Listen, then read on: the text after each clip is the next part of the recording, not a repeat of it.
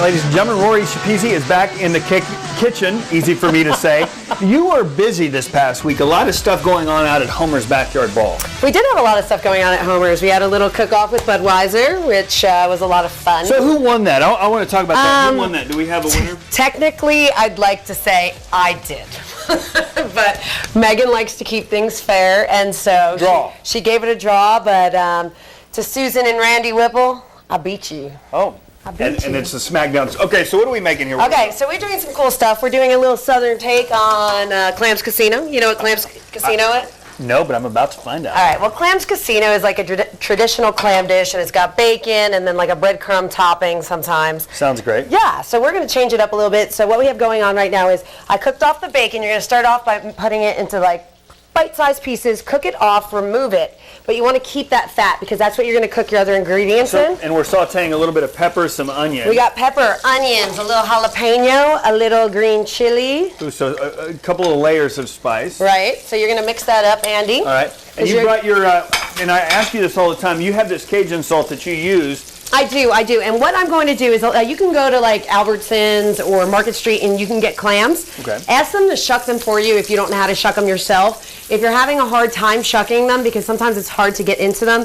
you could always take a little bit of water in a pan and steam them for a second so they pop open to help you just out. A little bit. Right. There's an art to it. There is an art. We're going to add garlic now because we don't want to add it right off the bat because I don't want it to get bitter. There you go. Now, what makes this a little different is normally people use like breadcrumbs. They don't use green chilies. Right. We are using cornbread. Cornbread? Yeah. So not panko crumbs or anything? No, just good old-fashioned cornbread. That's why it's southern. I've decided that people are a lot like garlic. People are good. Let's hear this brilliance, everybody. People are naturally good, but man, they're not fun to be around when they're bitter. It's like garlic. I love garlic, but garlic bitter, not fun.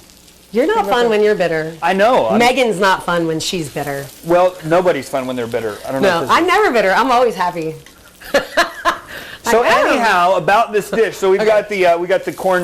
All right, so look at how good this looks. Doesn't it smell awesome? It does look pretty good. What we're going to do is we're going to take our clams, and I have the oven preheated to about 500 degrees. Okay. And you want it to be on the broiler because what you're going to do is toast it off on the top. Okay. So we're going to take this bacon, and we are going to put it on every single individual. Ooh, really?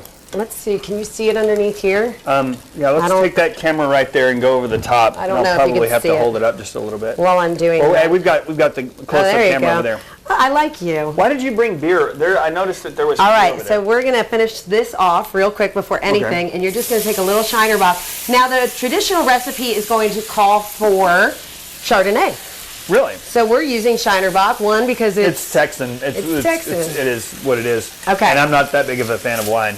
All right, so we cooked that off for a minute, and then what you're going to do is you're going to spoon this onto each one, which I know you could do if we had a spoon here in the studio kitchen. I like to use this one because this has got a good thing here. Okay, so we're going to spoon that, but make sure you put it on it, Andy. Oh, not to the side of it? Not to the side of it. You want it on there. And then you're going to cook it off for about 10 minutes in the oven, and you're going to serve it hot.